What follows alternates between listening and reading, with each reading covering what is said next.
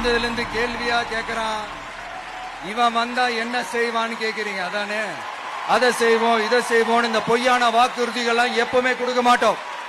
எது நடைக்கு சாத்தியமோ எது உண்மையோ அதை மட்டும்தான் கொடுப்போம். ஏழ்மை வறுமை இல்லாத தமிழகம், குடும்ப ஆதிக்கம் இல்லாத தமிழகம், ஊழல் இல்லாத தமிழகம், உண்மையான மக்களாட்சி, மனசாட்சி உள்ள மக்களாட்சி. கான்பிடண்டா இருங்க, நல்லதே நடக்கும், வெற்றி நிச்சயம். விஜய் விஜய்